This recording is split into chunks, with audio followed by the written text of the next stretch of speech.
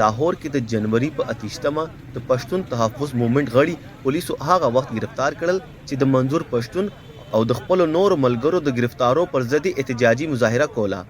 پولیس وايي د لبرټي چوک په دغه مظاهره کې د پی ټی ایم کارکونان ځکه گرفتار کړي چې یو سل څلور څلوېښتمې مادې خلاف ورزي کوله.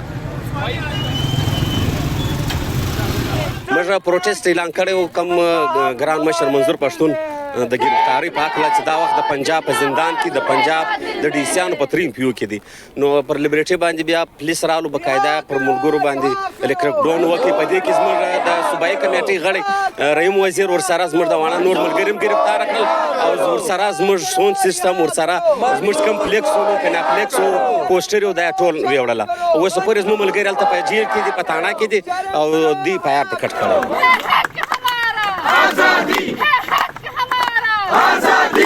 د پولیس د کریک ډاون وروسته پی ټی ایم خپل احتجاج د لاهور ګارډن ټاون علاقې ته منتقل کړو. منظور پښتون د دسمبر په 14مه د بلوچستان پولیسو گرفتار کړی او بیا یې وروسته د اسلام آباد پولیسو ته وسپارلو. په منظور پښتون اسلام آباد کې د جلسو دوران د ریاست پر ضد تقریرونو کولو مقدمې درج دي.